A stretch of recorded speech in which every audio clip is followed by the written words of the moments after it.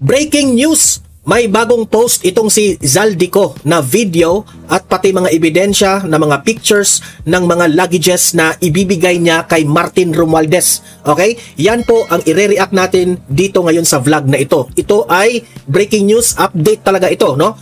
At meron pong detalyeng sinabi itong si Zaldico patungkol po sa pag-deliver niya dito sa mga pera na ito na 56 billion pesos. Oh, hindi pa ba kayo mawiwindang dyan?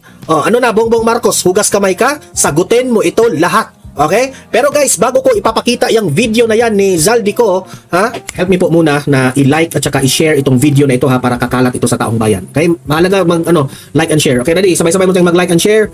1, 2, 3, go! Ayan, naka-like and share na ba? And sa mga bago pa lang dito sa aking channel sa Donmar TV, mag-subscribe na po kayo kung first time nyo itong napanood, no? Para lagi kayong updated sa ating mga balita. Okay, so heto na nga i-play natin itong video at magre-react tayo sa mga sasabihin ni Zaldico. Play. Papalabasin ng administrasyon na ako ay isang terorista sa loob at labas ng Pilipinas. Ito ang kanyang suot, the same ang kanyang suot na siguro naglagay lang siya ng Americana na brown, no? Pero same pa rin, no? Nabago lang yung kanyang buhok sa mga previous niyang last week niya na ipinalabas na video. Ito panoorin pa natin. Para mailibing ako kasama ang katotohanan kahit saan man ako pumunta. Ako sa totoo lang, no? Naniniwala po ako dito kay Zaldico na nanganganib ang buhay niya na pwede siyang gurgurin. Hindi sa taong bayan kundi sa mga malalaking sindikato dyan na gustong magpatahimik sa kanya kasi binubulgar na niya lahat Ito, patuloy. Sinabi na agad sa akin ni Speaker Romualdez na kailangan ko makapag-deliver ng 2 billion pesos kada buwan. Imagine that one. Martin Romualdez, totoo ba ito ang sabi ni Zaldico na dapat makapag-deliver siya ng 2 billion pesos buwan-buwan? Grabe, sobrang limpak-limpak na pera yun. Martin Romualdez, sagutin mo ito. At sana naman ikaw, Zaldico, magpakita ka ng totoong ebidensya patungkol sa mga sinasabi mong ito, no? Na buwan-buwan kang mag-deliver ng 2 billion. Anyway, mamaya ipapakita ko sa inyo yung picture na mga luggages niya. Kasi hindi lang parang marami ang nagsasabi na baka fake gawa-gawa lang yung picture na yun ng mga luggages. Marami nagsasabi. Pero kung titingnan mo sa latest na upload niya ng mga picture, 24 pictures yun. Imagine that one 24 pictures na mga grupo ng luggages na kanyang ipinakita. Patuloy. Para sa pagdi-deliver ng mali-maletang pera patungo sa bahay ni Speaker. Ang sinabi mismo ni Speaker Martin sa akin na hati sila ni Pangulong Marcos sa perang yon. Imagine that one Kapag mabigay niya ang pera ni Martin Romualdez, ito raw si Martin Romualdez ay maghati-hati sila sa pera ni Bongbong Marcos. So Bongbong Marcos, totoo ba ito? Sagutin mo ito. Para gamitin bilang bagsakan at imbakan ng pera mula sa mga SOP, collection at deliveries. Imagine that one, SOP. Yan ang ating nabalitaan yung SOP na yan, 25%. For example, kung merong 100 million na proyekto, may 25 million sila, di ba? Ang yaman-yaman. Grabe.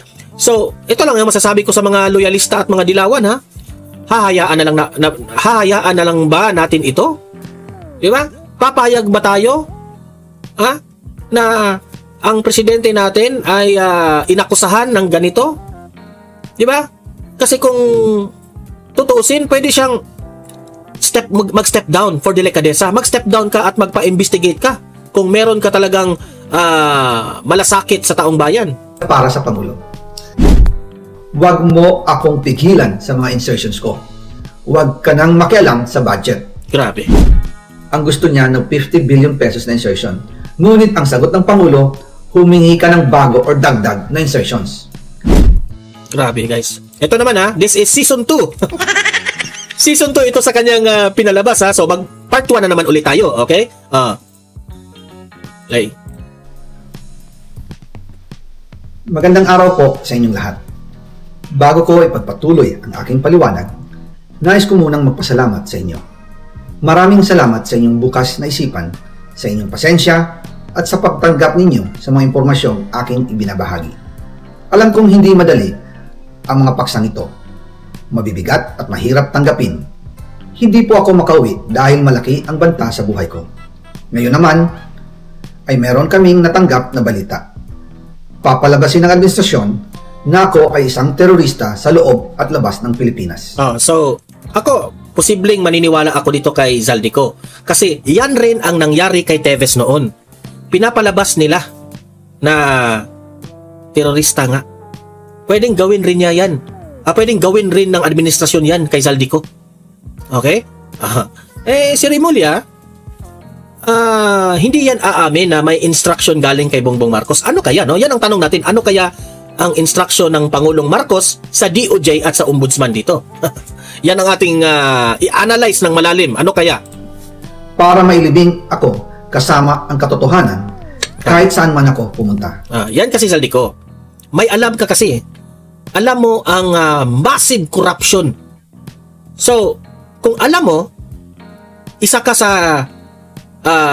dapat linisin. Paano ka linisin? Gurgurin. Gurgurin ka at habang buhay na lang na maibaon ang mga nalalaman mo. Kaya ang payo namin sa iyo, taong bayan, Zaldico, ilabas mo na lahat ng ebidensya. Ilabas mo na lahat-lahat bago kanila magurgur. Diba? Pero mahalagang malaman ng taong bayan ang katotohanan. Muli, taos puso akong nagpapasalamat sa inyong pakikinig. Una po sa lahat, sinasabi ng ICI at ni Henry Alcantara na 21 billion pesos daw ang napunta sa akin. Hindi po totoo yun. Wala akong natanggap na ganyang halaga. Ang totoo, mula 2022 hanggang 2025, ang kabuuang pera na dumaan sa akin para ibigay kay Pangulong Bongbong Marcos at kay dating Speaker Martin Romualdez ay umabot sa 56 billion pesos at hiwalay pa dyan ang 100 billion pesos insertion ng Pangulo sa 2025 budget. Pati na rin ang 97 billion pesos flood control insertion na inilagay sa NEP ng 2026 national budget.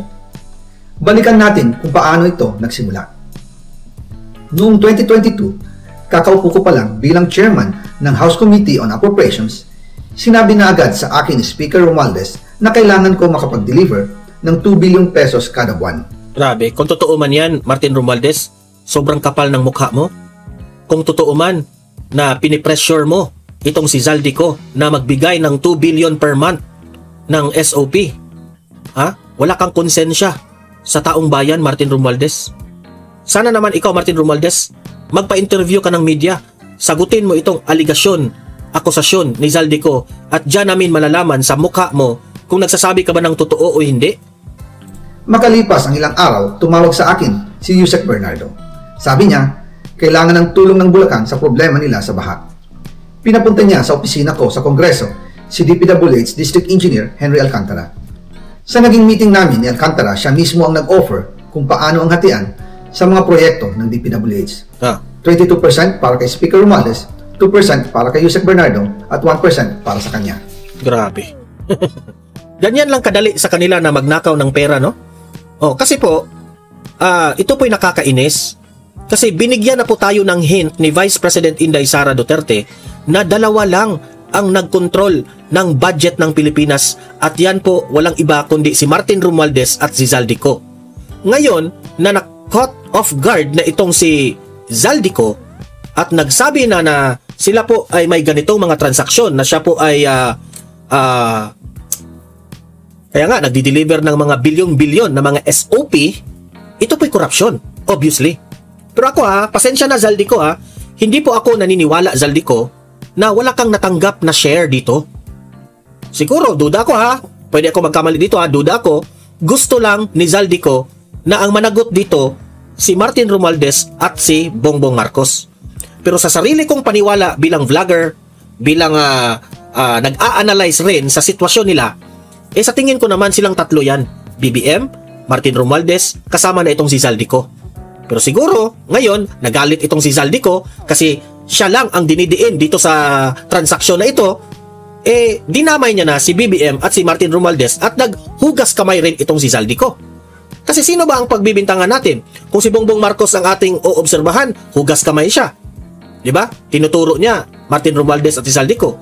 Kung si Martin Romualdez rin ang ating tatanungin, sasabihin naman niya na malinis ang konsensya ko. Yan ang sabi ni Martin Romualdez.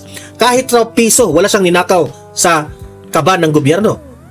Kung si Zaldico naman ang ating pakinggan, nagbibigay siya ng 2 billion per month ni Martin Romualdez kasi maghahati-hati pa raw sila ni BBM. So, meaning to say, silang tatlo, naghugas kamay silang tatlo. So, anong tawag mo doon? Ako, in my own analysis, involved talaga silang tatlo dyan. Huwag na tayong magbulahan sa ating analysis na ito. Di ba? Kung ikaw ba, matino ka na tao, kung common sense ba? Common sense lang talaga. Nabubulabog na ang kanilang transaksyon, nabubulgar, nabubuking na lahat. Di syempre, silang tatlo, wala na. Nag-ano na sila? Hugas kamay silang tatlo. Sino kaya ang may kasalanan nilang tatlo? O kung ikaw, matino kang mag-iisip na taong bayan, silang tatlo yan. Di ba? Doon po nagsimula ang tinatawag nilang deliveries. Ang sistema po ay ganito. Ang mga tao ni Henry Alcantara ang nakikipag-ugnayan sa mga tao ko na sina Paul Estrada at Mark Ticsay. Sila ang tumatanggap na pera mula sa mga tao ni Alcantara. Minsan sa bahay ko sa Valle Verde, minsan naman sa BGC parking. Sana naman ikaw, Ping Lacson, itong mga detalyeng sinabi ni Zaldico ay huwag kayong magpabobo-bobo. I-analyze nyo itong mga sinasabi niya at imbestigahan nyo. Madali naman yan. Ang dali-dali naman yan na i-analyze kung totoo o hindi o gawa-gawa lang niya. Pagkatapos nilang makuha ang pera, sila Mark at Paul naman ang nag-aayos o nakikipag-coordinate sa tauhan ni Speaker Martin Romualdez na si Jocelyn Sereno para sa pagdi-deliver ng male-maletang pera patungo sa bahay ni Speaker. Una, sa North Forbes Park sa McKinley Drive at nang lumipat siya sa number 14 Nara Street, South Forbes Park. Gusto ko pong linawin, hindi ako nakikialam sa mismong proseso ng paghatid. Dumaan lang po sa akin ang pera na agad dinideliver kay Speaker Romualdez. Ako lang po ang nagko-confirm sa text kay Speaker kapag nadala na ang pera sa bahay niya. At lahat ng ito, grabe, mula sa unang utos noong 2022 hanggang sa huling delivery noong 2025. Umabot sa mahigit 55 billion pesos plus ang naihatid sa bahay ni dating Speaker Martin Romualdez. Madalas hindi nabubuo ang hinihinging 2 billion pesos bawat buwan ni Speaker, kaya iyan ang final total. Ang sinabi mismo ni Speaker Martin sa akin na hati sila ni Pangulong Marcos sa perang yon. Grabe. Ang listahan ng mga deliveries na ito, kung kailan, magkano, at saan dinala, ilalabas ko po kasabay ng video na ito. Mamaya ipapakita ko yan yung post niya. Pero hindi natin maisa-isa kasi ang dami eh. Kailangan ko pang i-save isa-isa yung mga pictures na yon. Pero ipakita ko lang yung post mismo ni Zaldico na nandoon po yung bagong pictures ng mga luggages.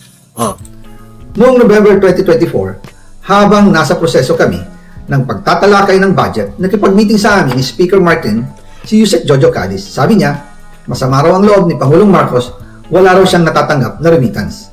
At dahil laging napapagalitan si Speaker Martin ng Pangulo mula September hanggang November, inutusan niya ako na mag-deliver ng 1 billion pesos para kay BBM. Imagine that one parang naiinis si BBM kasi siguro hindi siya naka-receive daw, di umano si Zaldico ang may sabi niya na. Kaya si BBM dumirekta na. Ayon pa kay Yusek Jojo, nang ipaalam niya ito sa Pangulo, ang utos sa kanya ng Pangulo ay mag-ingat at siguraduhin si Yusek Jojo lang ang maghahatid. Ang instruction po sa akin ni dating Speaker Martin Romualdez ay dalhin sa number 30 Tamarind Street, South Forbes Park at ibigay kay Yusek Jojo Cadiz dahil ito raw ang drop-off point na malapit sa bahay ng Pangulo. Sinabi rin po sa akin Speaker Martin Romualdez na si PBBM ang nag-utos sa kanya na bilhin ang bahay sa number 30 Tamarind Street para gamitin bilang bagsakan at imbakan ng pera mula sa mga SOP, collection at deliveries. Grabe! Yan, imbestigahan nyo yan, yung bahay na yan. Grabe guys! Na para sa Pangulo. Noong December 2, 2024, personal kong i-deliver ang 200 million kay Yusek Jojo Cadiz sa number 30 Tamarind Street, South Forbes Park. Ayon sa kanya, dadalhin daw niya ito sa bahay ng Pangulo sa number 41 Nara Street, South Forbes Park. Grabe. Kasunod dito, noong December 5, 2024, muli akong nag-deliver ng 800 million sa parehong address at Yusek Jojo Cadiz pa rin ang tumanggap. Imagine that one guys. Kung totoo man itong sinabi ni Zaldico, hindi ba kayo nakokonsensya? Ang daming taong nagugutom tapos magpapakita kayo doon sa mga lindol, sa mga baha na kunwari concern kayo, kunwari halos maiyak-iyak na kayo sa mga nagugurgur doon. Yun pala, ganito ang mga nangyayari. May mga transaksyon kayong mga bilyones, milyones na pera na sana itong mga perang ito ay pangpagamot sana ito ng mga taong nagkakasakit o pantapak sa mga nasalanta ng bagyo, o ginawa na lang sana itong mga flood control projects. Grabe talagang administrasyon ni Bongbong Marcos, no? Nakakaumay. Parang natural na lang para sa kanila ang magnakaw ng pera. Ang payo namin sa iyo, Zaldico, magbigay rin kayo ng ebidensya na talagang mako-connect natin na talagang sangkot ang Pangulong Marcos. I hope lang na meron kang ebidensya na tinatago mo lang, nire-reserve mo yan sa korte. Pero taong bayan, wake up. Mga loyalista, wake up. Mga dilawan, wake up na po kayo. Ipahayaan nyo pa ito, wala na talaga, kawawa na ang bayan natin. Kasi yung mga DDS lamang po ang naniniwala eh.